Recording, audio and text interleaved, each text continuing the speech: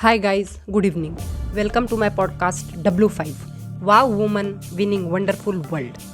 It is said that good fortune is what happens when opportunity meets with planning. Planning is a skill, an art which takes a lifetime to master. The first planned city in India is Chandigarh. Located at the foothills of Shivalik range, Chandigarh city is known as one of the best experiments in urban planning and modern architecture in 20th century. And legendary French architect Le Corbusier is credited with planning and designing Chandigarh. When studying Le Corbusier's Chandigarh, the other names that pop up are Pierre Jeanneret, Maxwell Fry, and Jane Drew. Seldom is the name of Eulie Choudhary, the first woman architect of India. Isn't it suggestive that the roll call of Corbusier's Indian protegés, with whom we are all acquainted, is entirely male, and that Choudhary's name doesn't bear instant recall? So, today our wow woman is Urmila Choudhary, the first qualified woman architect. The pioneer woman in Indian architecture was born in Shahjahanpur in Uttar Pradesh in 1923. She earned a Cambridge School certificate from Kobe, Japan. Being a part of liberal and elite family, Urmila completed her studies in Japan, Sydney, and New Jersey. She was a polymath. She had studied architecture and music in Sydney and ceramics in New Jersey. Her father was a diplomat, so she grew up traveling around the world. She was married to Jugal Kishore Choudhary, who worked as consulting architect with Government of Punjab. Urmila belonged to a time when India had just achieved independence and was finding its footing. It was a time when society rarely allowed women to work, let alone in a male-dominated field like architecture. Her transgression against the established societal boundaries of a typical homemaker makes her very special. After working for a few years in the United States, she returned to India as a multicultural and cosmopolitan woman.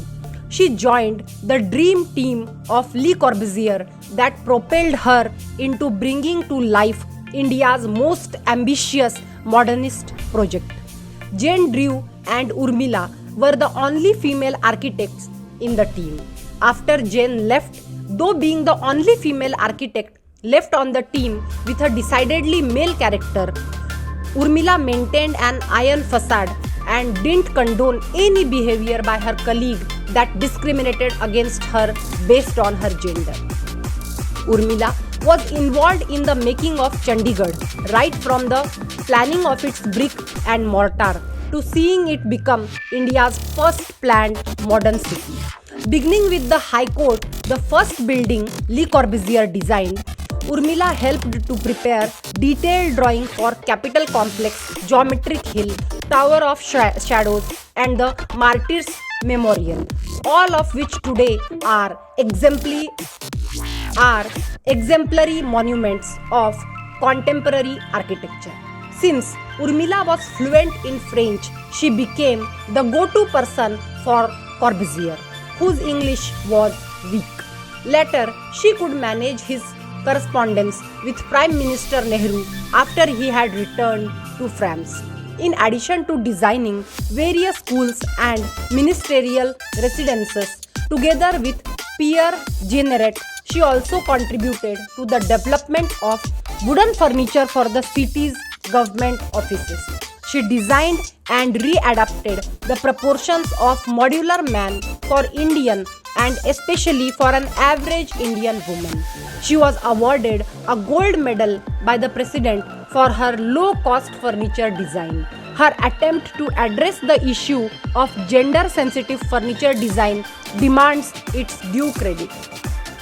Urmila Choudhary managed to design housing projects, state institutions, and other structures that established her as a leader in the field.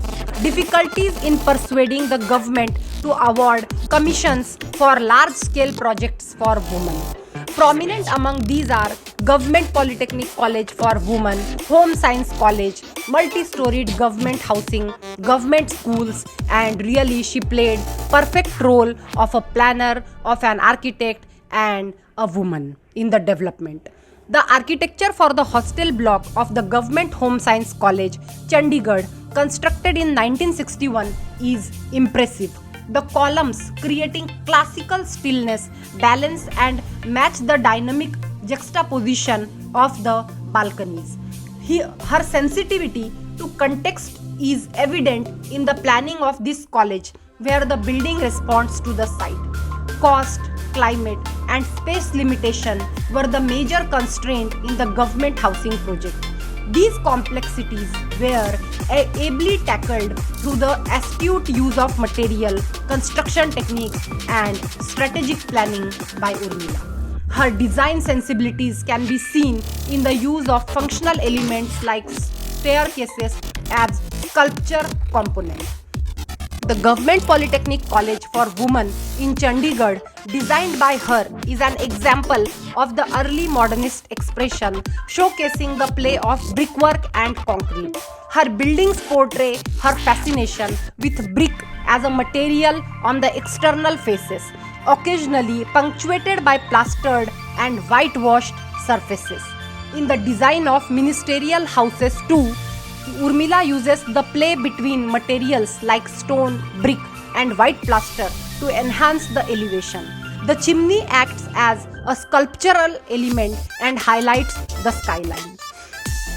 Trained in the West, early modernist aesthetics and utopian aspirations influenced her.